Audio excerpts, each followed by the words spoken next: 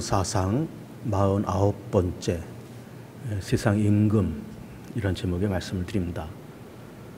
예수님의 고별 설교를 계속 보고 있습니다. 요한복음 13장부터 시작되는 예수님의 고별 설교. 지금 여러 차례 이 고별 설교를 이제 설교 드리면서 이 선택된 이 본문을 가지고 지난주에는 평안, 또 이번 주에는 세상 임금 이렇게 말씀을 드리고, 사실은 이제 우리가 읽은 이 본문에는 그 성령에 대한 주제도 또 나오고 있는데, 이 성령은 이제 예수님의 고별 설교 가운데 후반부에 또 나오기 때문에 그때 성령에 대한 설교를 드리도록 하고, 오늘은 이제 세상 임금이 뭘까 이런 얘기를 좀 드리려고 그럽니다. 오늘 이제 본문의 말씀 30절을 보면 예수께서 그렇게 말씀하십니다. 내가 이제는 더 이상 말을 많이 하지 않겠다. 이제는 세상 임금이 올 것이다. 그러나 그는 나와 관계할 것이 없다. 이런 말씀을 하십니다. 그러면서 세상 임금이라고 하는 다소 낯선 단어를 꺼내고 계세요. 이 세상 임금이 뭘까? 결국 이제 사단을 가르치는 것인데, 사단 혹은 사탄, 마귀, 그것을 이제 세상 임금 이제 이러는데, 이 세상 임금에 대해서는 이제 성경에서는 여러 군데서 말씀하고 있습니다. 예를 들면 이제 에베소 2장에서 보면 그것은 공중 권세 잡은 자, 그리고 또 불순종의 아들들 가운데 역사는 영, 이제 그런 말씀도 있고, 그리고 또 다른 곳에서는 온 천하를 미혹하는 자, 그리고 거짓의 애비, 뭐 그런 뜻으로 이 사탄에 대한 설명이 여러 군데 그렇게 등장을 하고 있습니다. 우선 지금 이 본문에서는 세상 임금 그러면서 세상이라는 단어를 쓰고 있고, 그리고 또 이제 공중 권세를 잡은 자라고 할 때 그 공중이라는 이제 단어를 쓰고 있는데, 이 세상과 공중이라는 말이 뭘까? 뭐 임금이라고 하는 거는 뭐 어떤 우두머리니까는 임금이라는 말을 쓸 것이고, 권세를 잡은 자로서도 어느 정도 이해가 되는데, 세상이 뭐고 공중이 뭘까? 이것이 참 궁금합니다.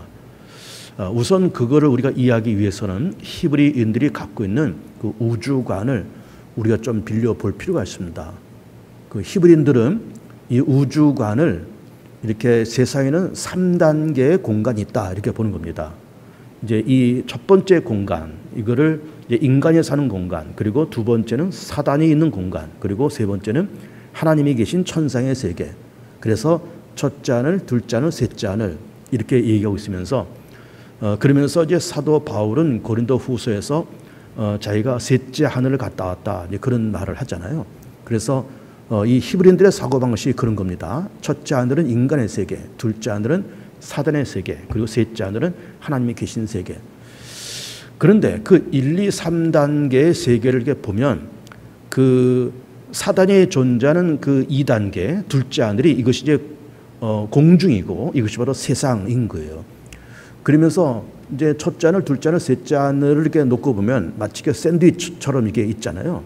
그 하나님과 인간 사이를 비집고 들어가서 인간이 하나님께로 가는 길을 회방 놓고, 하나님께서 인간의 세계로 오셔서 역사하신 것을 회방 놓고 집요하게 대적하는 이제 그런 세력이 이제 둘째 하늘인 사단이 존재하는 그것이 바로 공중이고 세상이다 이렇게 보는 겁니다. 결국에 사단, 마귀, 귀신 이제 그런 존재를 얘기하는 건데, 이 사단과 마귀가 어떻게 출현했는가라고 하는 것부터 우리가 좀 살펴봐야 되겠습니다. 하나님은 그 창세기 1장 1절을 보면 하나님이 태초에 천지를 창조하시니라 이제 그렇게 말씀을 하셨어요. 태초에 하나님이 천지를 창조하시니라. 그래서 그 창세기 1장 1절에 태초에 천지를 창조하신 하나님에 대한 메시지가 이렇게 나와 있고, 그러면서 이제 첫째 날, 뭐 둘째 날 이렇게 하면서 여섯째 날까지 그게 등장을 하고 있습니다. 그런데 우리가 신구약 성경을 다르게 들춰보면 하나님이 천지를 창조하시기 전에 또 창조하신 것이 있었다라는 것을 볼 수가 있어요. 그것이 뭔가 하면은 천사들의 세계예요. 영계, 천사들의 세계를 먼저 창조하셨다 이렇게 보는 겁니다. 그렇게 해석하는 것이 옳습니다. 그러니까 이 천사들도 결국은 이제 피조물이고 하나님께서 이 세상을 만드시고 이 세상을 다스려 가셔야 될 텐데 하나님께서 뭐 직접 나서셔서 이렇게 하시기보다는 어쨌든 어떤 사역자를 통해서 어떤 사자를 통해서 어떤 대사를 통해서 어떤 전령을 통해서 말씀을 전하시고 어떤 일을 하시고 그러면서 하나님의 심부름꾼으로서 천사를 그렇게 만드신 거죠. 그런데 그 수많은 천군 천사들 가운데 천사장이 3명이 존재합니다.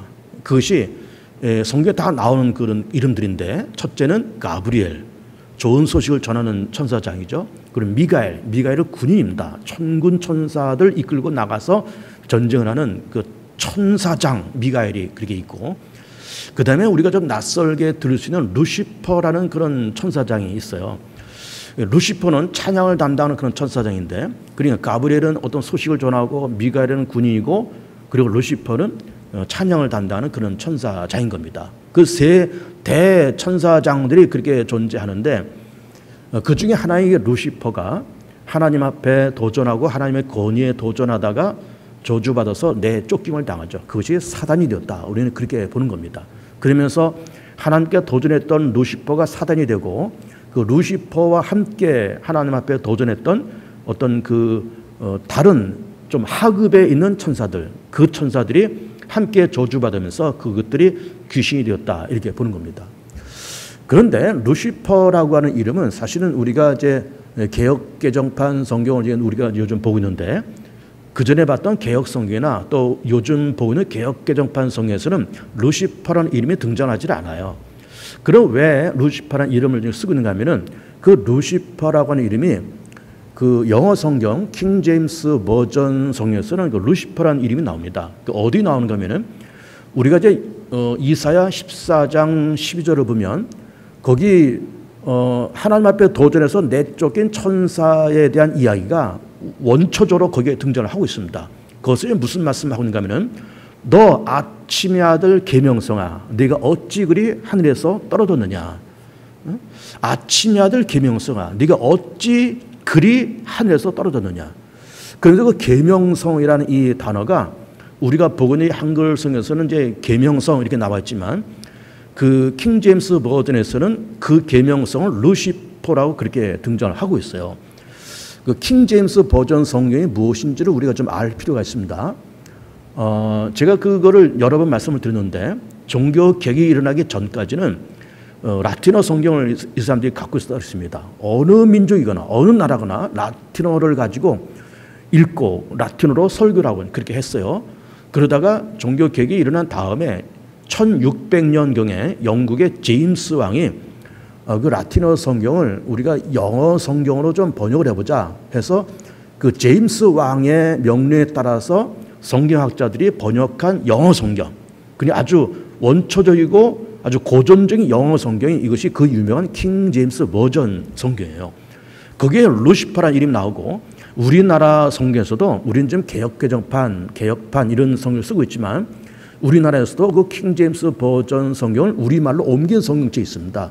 혹시 좀 관심이 있으면 이제 그 기독교 서점에 가면은 킹 제임스 버전 흠정역이라는 그런 성경이 있습니다. 그래서 그 킹 제임스 버전 성경을 한글로 옮긴 그런 성경인데 거기에서도 이사야 14장 12절 말씀을 너 아침의 아들 계명성아 그거를 너 아침의 아들 루시퍼야 그렇게 해석을 해놨어요. 그 킹 제임스 버전이 그렇게 되어 있기 때문에 그래서 이제 세 천사장이 존재해서 그리고 그 세 천사장 가운데 하나인 루시퍼가 하나님 앞에 도전해서 저주와 진노받아서 내쫓김 당한 것이 사단이고 함께 동조했던 하급 천사들이 귀신이 되었다 이렇게 보는 것이 옳습니다. 그러면서 그 천사 내쫓긴 당한 그 루시퍼가 사단이 되고 그러면서 공중 권세를 잡고 세상 임금으로서 지금 군림하고 있다 이렇게 보면 되겠어요. 그러면 뭐 사단의 기호는 이제 그렇게 우리가 놓고 보고 그럼 그 사단이 하는 일이 뭐냐? 세상 임금이고 그리고 공중 권세 잡은 사단이 하는 일이 뭘까라고 하는 것을 세 가지로 나눠서 말씀을 드려보고자 합니다. 첫 번째는 하나님이 하시는 일을 집요하게 대적하고 방해하는 일을 합니다. 집요하게 방해해요. 그리고 대적합니다. 그것이 이제 성경적인 구조를 놓고 본다 그러면은 이런 겁니다. 자, 하나님이 세상을 창조하셨잖아요. 그리고 이 땅에 모든 인류는 3대 악재에 빠져 있다. 이런 얘기를 제가 자주 드렸잖아요. 3대 악재에 빠져 있다. 죄의 권세와 사망 권세와 사단의 권세에 빠져 있다. 그러면 그렇게 3대 악재에 빠져 있는 인간을 구원하자라는 하나님의 의지를 갖고 독생자 예수님을 이 땅에 보내시잖아요. 그러면 예수님이 하나님의 아들로서 동시에 하나님으로서 이 땅에 오시면서 결국 예수님의 삶이 뭘까요? 죄에 빠진 인간을 구원하신다. 사단에게 눌린 인간을 구원하신다. 죽음의 권세에 놓인 인간을 구원하신다. 그 목적과 사명을 가지고 오시잖아요. 그런데 보세요.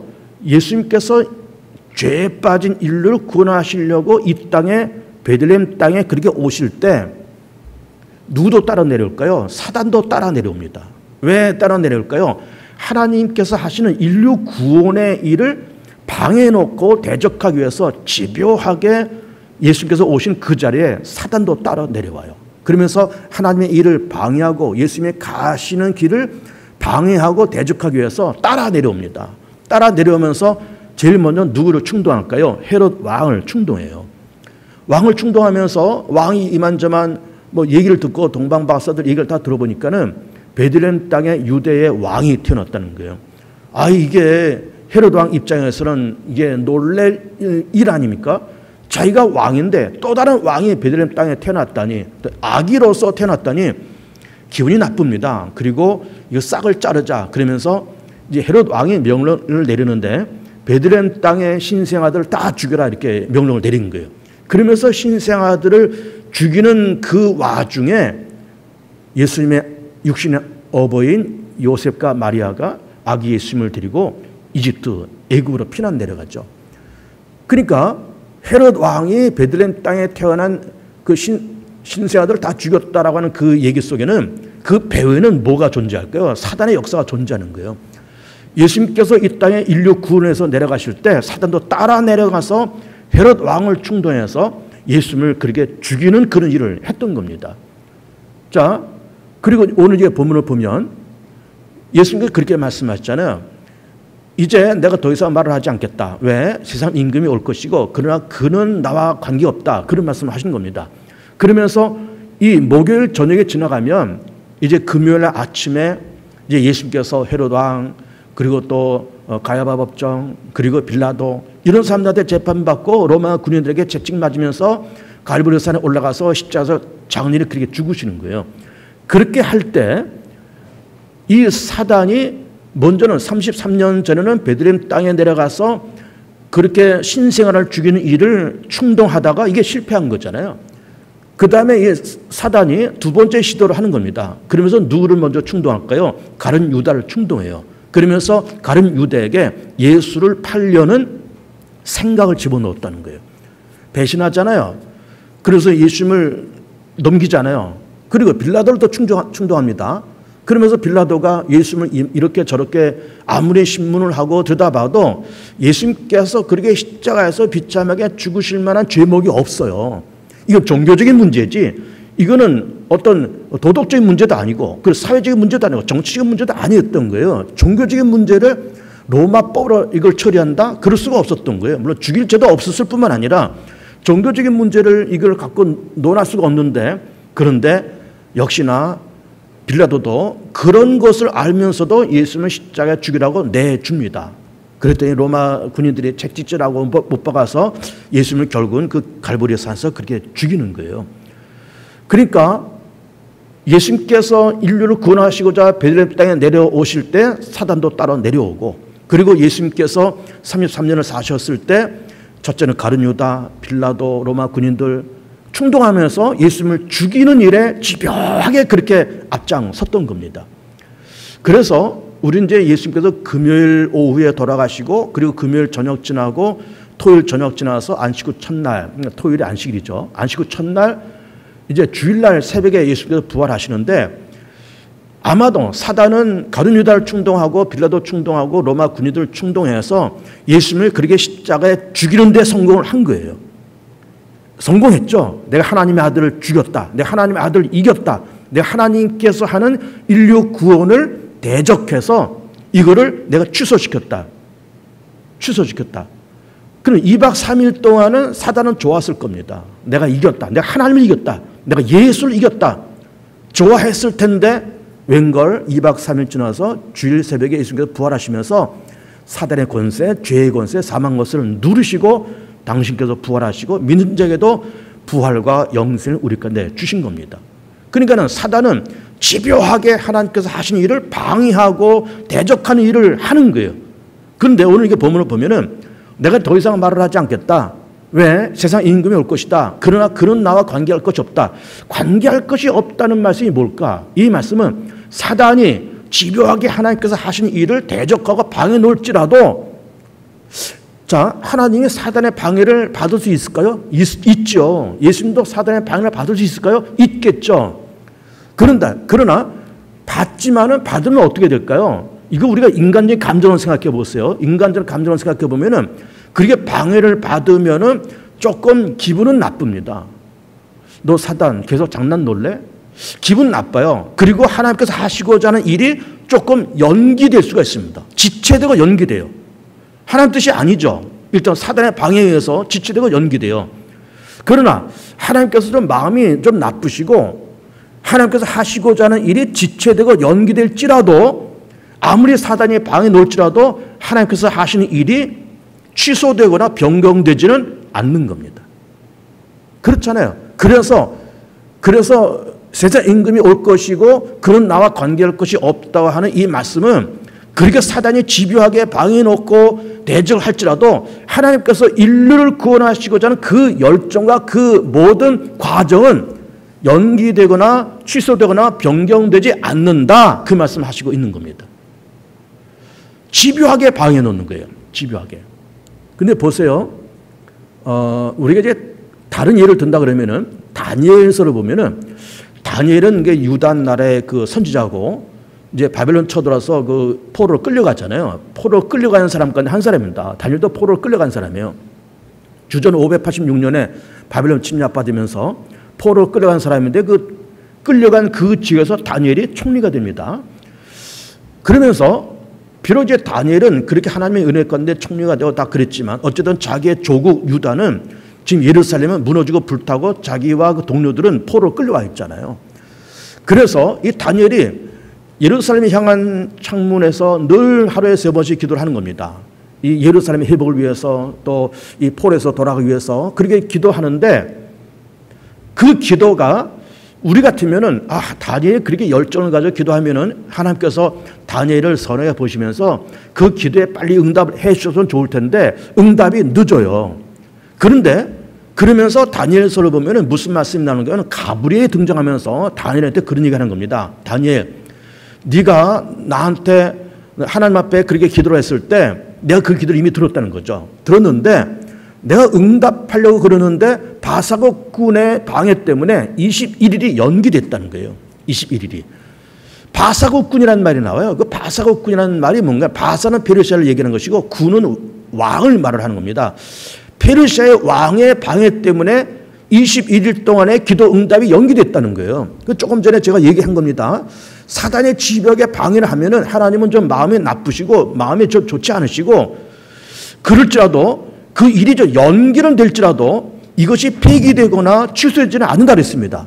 그러면서 다니엘이 그렇게 기도했는데 그 기도가 바사국군의 방해 때문에 21일이 연기되었다고 하는 얘기를 하시고 있는 거예요. 그러니까는 사단은 집요하게 믿음의 사람의 일과 동시에 하나님의 일을 방해하고 대적하는 일을 하는 겁니다. 우리 이제 개신교가 기독교 특별히 우리 개신교가 요 근래에 좀 사회적인 위상이 좀 낮아졌습니다. 그래서 우리가 참 그런 것을 보면서 안타깝고 또 우리 예수 믿는 사람으로서 어떤 믿음의 자존감이 좀 낮아지고 그랬습니다. 뭐 이게 지탄의 대상이 되고 사회에서 뭐 매스컴에서 떠들고 거기다가 뭐 이게 코로나까지 터지면서 그러면서 우리 기독교의 위상이 좀 낮아지고 동시에 예수 믿는 사람으로서 기독교인으로서 자존감이 좀 낮아졌어요.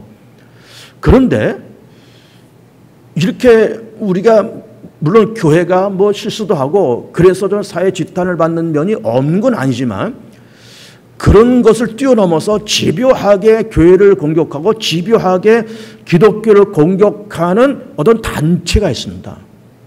이게 놀라운 얘기 아닙니까? 그 단체가 뭔가 하면은 이른바 그 종자연이라는 거예요. 종교자유정책연구원이라는 겁니다. 종자연. 제가 그때 한번 얘기했던 것 같아요. 종자연. 종교자유정책연구원입니다. 그 단체예요. 그 단체가 집요하게, 물론 그 간판은 멋지잖아요. 종교자유정책. 그래. 종교는 자유가 있는 거니까 우리가 뭐 누구를 믿던 어떤 종교를 갖던 다 자유로운 거다. 그래서 종교 자유 정책을 연구한다고 하는 그 간판을 내걸었지만 그 사람들이 그 단체가 무슨 일을 하는가 하면은 집요하게 개신교를 공격을 하는 거예요. 그러면서 자꾸 여론몰이를 그렇게 만들어 가고 그런 댓글을 달고 또 그런 방송 프로그램을 자꾸 조장하고 그런 기자들을 수습을 하고 그러면서 집요하게 개신교를 공격하고 뭐 기독교를 무슨 뭐다, 뭐 목사는 뭐다, 뭐 예수는 뭐다 그러면서 교회를 집요하게 폄하하는 그런 단체가 그렇게 있는 겁니다. 그 종자연 종교자유정책연구원인데 그 종자연의 그 구성원들이 누군가 하면은 다 불교 신자들이에요. 불교 신자들이에요.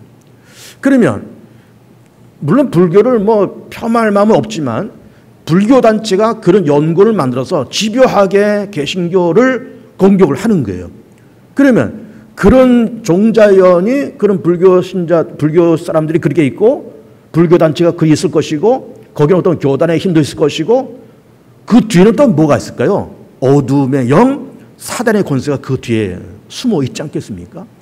그러니까는 그 배후를 들어가 보면은 언제나 그 속에 사단이 존재하는 겁니다. 그러면서 사단이 종자를 밀고 종자연이 뭐 어떤 매스컴을 밀고 그러면서 자꾸 기독교의 위상을 폄하하는 그런 문화와 기사와 그런 댓글들을 만들어내는 거예요. 그러니까는 사단은 집요하게 하나님의 일을 대적하고 집요하게 하나님께서 하신 일을 방해 놓는 그런 일을 합니다.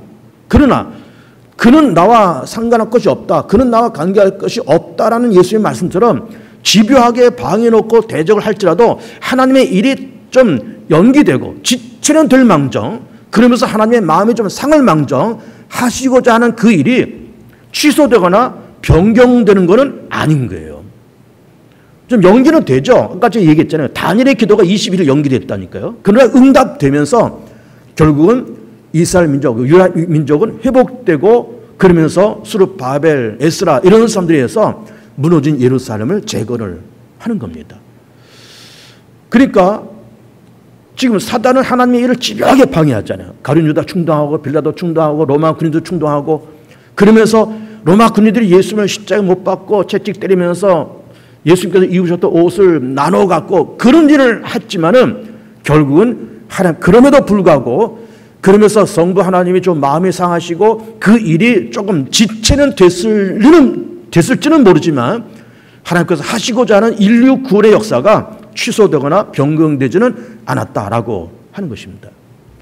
세 번째가 중요합니다. 세 번째는 무슨 일이 있는가 하면은 사단은 우리 인간에게 접근하면서 우리 눈앞에 어떤 옵션을 깔아놓습니다. 옵션을. 여러분 옵션이라는 말씀 아시죠? 어떤 선택사항이 옵션이에요.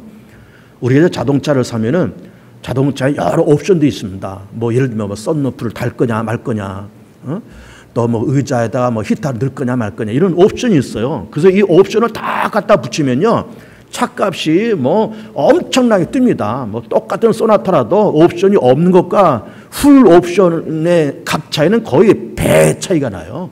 뭐 고급 자동차 제네시스도 가장 하급 제네시스 옵션 다 뺀 제네시스와 옵션을 다 갖다 붙인 제네시스는 그 값 차이가 뭐 몇 천만 원 차이가 나요. 굉장한 차이가 납니다. 선택사항을 얘기하는 겁니다.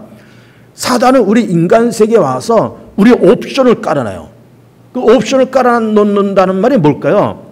우리의 생각과 우리의 집중력을 분산시킨다 그 말이에요. 생각을 분산시키는 거예요. 그러면 아까 그 자동차 얘기했지만은 뭐 소나타를 산다. 그러면 소나타 그냥 평범하게 뭐 옵션 뭐 다 붙여봐야 뭐하냐. 뭐 난 그런 거 필요 없고 그냥 중간쯤 옵션을 사고 싶은 겁니다. 그러나 조금 이렇게 호기심이 들어서 이게 풀 옵션 하면 뭐 이런 것도 달리고 저런 것도 달리고 이런 편의사항도 있고 다 좋은데 하면서 이렇게 우리의 집중력이 우리의 생각이 옵션 때문에 분산되는 거예요. 아니 소박하게 찬데 사자 하다가 뭐 이런 옵션 저런 옵션 다 생각하다 보니까 분산된다 그 말이에요. 하나님은 우리의 생각을 그 사단이 우리의 생각을 분산시킵니다. 예를 들어볼게요. 이스라엘 민족이 출애굽을 합니다. 주전 1400년경이죠. 광야를 지나갑니다. 40년 광야를 지나가요. 그러면서 시내산에서 십계도 받고 그리고 성막도 만들고 그러고 가잖아요. 40년 광야의 생활 끝난 다음에 요단강 건너서 가나안 땅에 들어갑니다. 그러면서 40년 광야의 생활하면서 뭘 배웠을까요? 그 십계명을 받으면서 하나님의 명령을 받은 겁니다. 율법을 받은 거예요. 율법의 압축판이 십계명이고 십계명의 제1계명이 나 외에 다른 신을 두지 말아라. 여호와 이름을 망령 때 끊지 말아라. 우상을 만들지 말아라. 안식을 지켜라. 그 말이잖아요. 그래 십계명 가운데 가장 중요한 계명들이 전반부에 등장을 하는 겁니다. 그러면서 가장 중요한 계명이 나 외에 다른 신을 두지 말라는 거예요. 자, 그런 계명을 배웠습니다. 이걸 간직했어요. 이걸 돌에다가 새겨서 이 언약궤 속에 넣었다는 거잖아요. 이걸 언약궤를 제사장들이 앞뒤에서 메고 다녔다는 거잖아요. 가나안 땅에 들어갔습니다. 들어갔더니 웬걸 가나안 땅에는 농사 짓는 땅이네. 유대인들은 전통적으로 양과 이렇게 짐승을 기르는 목축업을 하는 사람들이고 가나안 땅에 도착해 보니까는 젖과 꿀 이런 땅이라고 말을 하는데 농사 짓는 땅이에요. 그리고 그 땅의 원주민이 농사 짓는 사람들입니다. 그러면서 거기에 이방 문화와 우상 문화를 보게 되는 겁니다. 이방 사람들이 뭐라고 그러는가 하면은 그렇게 가나안 땅에 건너온 그 사람들한테 당신네들 어디서 왔어? 애굽에서 왔다고. 뭘 받았어? 십계명을 받았다고. 십계명에 뭐라고 적혀 있어? 나 외에 다른 신을 섬기지 말라고 기록되어 있고 우상 만들지 말라고 기록되어 있다. 가나안의 원주민들이 뭐라고 그럽니까? 아, 그거는 광야에서 하나님께서 그렇게 말씀하신 거지만은 나 외에 다른 신을 두지 말라 그런 거지만 여기 바알 신도 있어. 여기 아세라 신도 있어. 바알 신 농경신이고 아세라 신은 다산의 신이야. 바알 신 잘 섬겨봐. 농사 잘 돼. 아세라 신 섬겨봐. 자식들 많이 낳아서. 자식이라고 하는 거는 곧 노동력이고 군사력이니까 애들 많이 낳아. 아들 딸 낳고 잘 살아. 그래서 바알 신과 아세라 신을 소개를 해주네. 그러니까는 여호와 하나님 외에 다른 신을 두지 말라고 하는 거를 배웠고 하나님 외에는 다른 신이 존재하지 않는다고 하는 그런 믿음을 가지고 가나안 땅에 덜고 왔는데 어떤 옵션이 생겨요? 바알이라는 옵션이 생기고 아세라는 옵션이 생기네. 생각과 집중력이 분산되네. 사단은 늘 그렇게 만들어갑니다. 생각을 분산시키고 집중력을 분산시켜요. 자꾸 분산시킵니다. 하나님께서 아담과 하와에게 너희들 저 동산 한복판에는 선악과 따먹지 말아라. 먹으면 너희들 정령 죽는다 그랬습니다. 근데 아담과 하와가 선악과를 호기심을 갖고 쳐다보는 거를 사단이 보잖아요. 보면서 아담과 하와에게 그렇게 묻는 겁니다. 하나님 뭐라 그러셨느냐? 아, 그거 먹지 말라 그랬다. 사단이 무슨 옵션을 내는 줄 압니까? 먹지 말라고 하는 것이 하나님의 뜻이지만 다른 옵션을 내밀어요. 어떤 옵션? 먹어도 괜찮아. 먹으면 너희들이 눈이 밝아져서 하나님처럼 되고 너희들 못할 것이 없어. 라고 하는 옵션을 디미네. 아담과 하와의 집중력을 분산시키네. 이게 사단이 하는 일들입니다. 우리의 생각과 집중력을 분산시켜요. 그러면서 여러 옵션을 깔아놓습니다. 여러분, 진리는 하나예요. 진리는 둘이 있을 수 없습니다. 구원의 길도 하나예요. 그래서 예수님이 뭐라고 말씀하세요? 내가 곧 길이요 진리요 생명이니 나로 말미암 자는 아버지께로 올 자가 없다는 거잖아요. 진리는 하나예요. 구원은 외길입니다. 천하 인간의 구원받을 만한 다른 이름을 예수 그리스도 외에 다른 이름을 우리까지 준 적이 없다는 거잖아요. 그리고 구원의 길도 하나고 진리도 하나예요. 진리는 외로운 겁니다. 구원의 길도 외로운 거예요. 그 좁은 길입니다. 그래서 하나밖에 없기 때문에 좁은 길이에요. 근데 사단은 자꾸 옵션을 깔아놓습니다. 아, 이렇게 해도 괜찮아. 저렇게 해도 괜찮아. 선악과? 아, 먹어도 괜찮아. 바알도 괜찮아. 아세라도 있지 않냐 하면서 집중력과 생각을 자꾸 분산시켜요. 자꾸 우리 가운데 옵션을 깔아놓습니다. 근데 그 옵션이 그럴듯하게 보여요. 문제는 그 옵션이 그럴듯하게 보입니다. 여러분, 가짜일수록 짝퉁일수록 더욱더 그럴듯하게 보이잖아요. 그러니까 그럴듯한 옵션을 우리 가운데 보여주는 거예요. 깔아놓습니다. 그런데 어리석은 사람들은 진리를 보지 못하고 멋지게 포장되는 옵션을 선택을 하는 거예요. 여러분, 진리는 하나밖에 없습니다. 구원의 길도 외길이에요. 외길입니다. 요즘 우리가 이제 코로나 4단계가 되어서 뭐 오늘도 뭐 우리 장로님들하고 몇몇 분들 앉아서 예배를 좀 드리고 있지만 요즘 대면 예배, 비대면 예배만 드려라, 뭐 어떻게 해라 그러면서 정부가 이렇게 지침을 내리니까 그럴 수밖에 없으니까 우리가 이렇게 하긴 해요. 그래서 어쨌든 우리가 영상으로 예배를 다 드리고 있고 지금 이 시간에도 우리 교우들이 집에서 영상으로 예배를 드리실 겁니다. 근데 보세요. 뭐 요즘 코로나 시대니까 어쩔 수 없이 이렇게 하기는 하는 거지만 이걸 우리가 언제부터 시작했는가 하면 작년 초부터 시작한 거예요. 코로나가 작년 초에 터졌잖아요. 1월, 2월에 터지고 터지자마자 바로 우리 영상 예배를 시작한 겁니다. 그리고 우리 대부분의 교우들이 이제 집에서 예배를 드리시는 거예요. 그러다가 지금이 7월 말이니까 벌써 1년 반 이렇게 오는 거예요. 아마 이것이 올 연말 내지는 내년 초까지 갈는지 모르겠습니다. 물론 4단계가 좀 풀려서 뭐 3단계, 2단계로 내려가겠지만 어쨌든 이런 뭐 팬데믹이 완전히 풀릴 때까지는 일단 백신 접종이 적어도 한 80% 이상 백신 접종하고 그렇게 돼야 아마 팬데믹이 해제될 거예요. 그러면 그때가 뭐 빠르면 연말, 늦으면 내년 초가 되는 겁니다. 그러면 연말이 내년 초까지 되면은 이런 영상 예배를 우리 교우들이 거의 만 2년 동안 이렇게 하시고 있는 거예요. 자, 미안한 얘기지만 영상 예배를 좀 제대로 드리려면 좀 깨끗하게 다 씻고 옷도 좀 깨끗하게 입고 식구들이 가지런하게 앉아서 이렇게 텔레비전 앞에서 예배 드리고 그러면 이제 좋겠지만 그나마 그것도 뭐 괜찮겠지만 그렇지 못한 가정에서는 뭐 그냥 주부들은 설거지하면서 이렇게 목사 설교하는 거 쳐다보고 어느 장로님 오늘 기도하네? 뭐 오늘 뭐 하네? 설거지하면서 하고 어떤 분들은 또 이제 소파에 앉아서 파자마 바람에 그냥 길게 누워서 커피 마셔가면서 뭐 에어컨 바람 쐬가면서 그러면서 이렇게 그 텔레비전 쳐다보면서 예배 드리는 분도 있을 거예요. 그러니 우리가 이거를 만 2년 동안 해 놓으면 우리가 이제 참 염려되고 걱정되는 것이 뭔가 하면은 이게 팬데믹이 다 해제되고 이렇게 되다 보면은 이제 교우들이 그동안 2년 동안에 영상 예배 길이 들여져서 교회 나오기가 조금 싫어질 것 같은 그런 생각들이 자리 잡을 것 같아요. 집에서 예배 드릴 때는 참 편안했잖아요. 뭐 나가려면은 뭐 이게 챙겨 입어야 되고 좀 씻어야 되고 뭐 얼굴에다 뭐 좀 찍어 발라야 되고 그런데 이거 뭐 나오려면 이거 좀 뭐 챙겨 입어야 되죠. 뭐 이게 뭐 대중교통 해야 되죠. 차 갖고 오면은 뭐 주차하기도 곤란해서 여기저기 왔다 갔다 하죠. 집에서 예배 드리면 참 편안하기는 해요. 근데 이게 정상은 아닌 거예요, 여러분. 편리해서 어쩔 수 없이 그렇게 하기는 하지만 여러분 거기에 빠지지 마세요. 이제 팬데믹 풀리면 다 교회로 나오세요. 이제 나와서 여호수 예배를 드리셔야 됩니다. 이게 맞는 거예요. 근데 나는 이게 영상 예배를 뭐 어쩔 수 없이 1년 반 이게 하고 있지만은 교우들이 여기에 익숙해질까 봐 걱정인 거예요.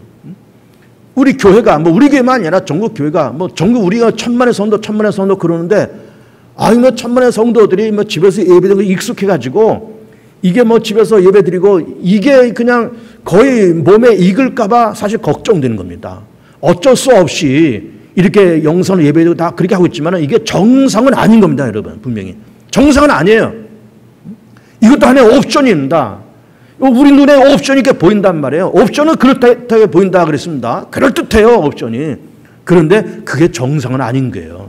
어쨌든 팬데믹이 풀리면요, 다들 챙겨 입고 교회로 나오실 바랍니다. 와서 여기서 같이 찬송하고 같이 목사 설교 듣고 우리 장로님 기도를 우리가 받고 끝난 다음에 서로 인사하고 내려가서 밥 먹고 이렇게 가는 게 이게 정상이지. 집에서 파자마 바람에 예배 드리는 거 그거 정상 아닌 겁니다. 거기에 익숙하면 안 돼요. 그것이 옵션으로 놓고 있으면서 그것을 선택하면 안 되는 겁니다. 그 선택하면 안 돼요. 어쩔 수 없이 이렇게 하긴 하지만 어쩔 수 없이 그런 옵션이 제공되기는 됐지만 그게 진리는 아닌 거예요.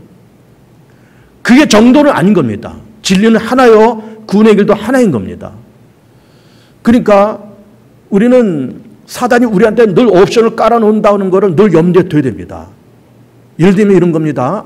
요즘 뭐 가정도 거의 해체되는 시대에 왔습니다, 우리가.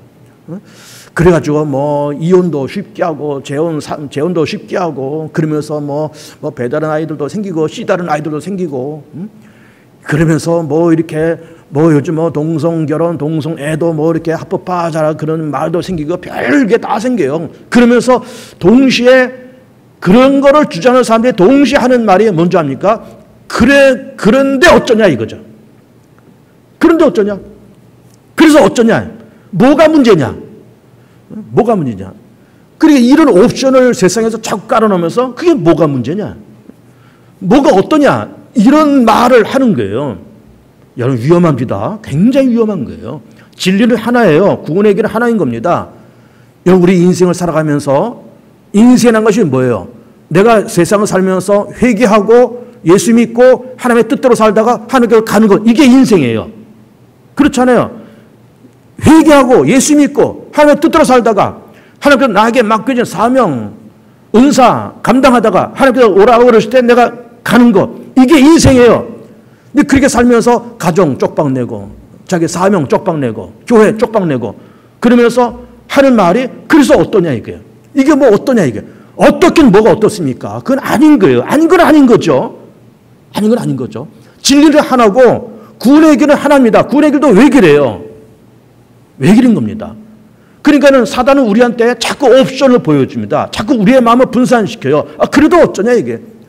인생 뭐 있어 그러면서. 아, 인생을 회개하고 예수 믿고 하나님의 뜻대로 살다가 하나님께 오라 할 때 가는 것, 이게 인생인 건데 인생 뭐 있어 그러면서 뭐 가정 쪽박내고 자기 사명 쪽박내고 교회 쪽박내고 뭐 그러면서 뭐 회개도 없고 예수 믿는 것도 없고 뭐 이건 내 인생이야, 내 마음대로 사는 게 내 인생이야, 내 인생 내 마음대로 사는데 뭐 어때? 뭐 어때? 근데 그게 어때가 아니란 말이에요. 그 어때가 아닌 겁니다. 그러니까는 세상에는 자꾸 사단이 이 땅에 옵션을 깔아놔요. 그럴듯한 옵션을 깔아놓습니다. 그러면서 우리의 생각과 집중력을 자꾸 분산시켜요. 안 됩니다, 여러분. 절대로 안 됩니다. 그런 옵션에 넘어가면 안 돼요. 우리의 생각과 집중력이 하나님께로, 예수에게로, 말씀으로, 믿음으로 집중돼야 돼요. 저도 이제 신학 공부를 하는 사람이지만은 저는 이제 신대원을 나오고 이제 대학원 공부할 때는 조직신학을 공부했습니다. 여러분 조직신학에 뭐 복잡한 사상들이 많아요. 아주 근본주의 사상이 있습니다. 원리주의자들이 아주 근본주의 사람들이 있고 뭐 성경을 막 문자 그대로 해석하고 문자 그대로 믿어야 된다라고 하는 어떤 근본주의자들이 있습니다. 반면에 성경을 좀 자유롭게 해석하자. 시대와 문화에 맞도록 자유롭게 해석하자. 그리고 문화도 접목시키자. 말씀 속에 문화를 접목시키자. 인본주의도 접목시키자. 인문학도 접목시키자. 라고 하는 이른바 자유주의 신학이 있습니다. 근본주의 신학과 자유주의 신학이 있어요. 늘 이것이 싸워왔습니다. 그러니까 근본주의를 갔다가 자유주의를 갔다가 근본주의를 갔다가 자유주의를 갔다가 그리고 결국은 어디로 오는 줄 압니까? 결국은 성경책으로 와요. 결국은 성경으로 와요. 그 말이 뭘까요? 이것이 옳다 저것이 옳다 여러 옵션이 있지만 결국은 성경이에요. 결국은 성경이에요. 그러니까 우리가 세상 살면서 여러 옵션들이 우리 가운데 그렇게 있지만 진리는 하나요, 구원의 길은 하나요.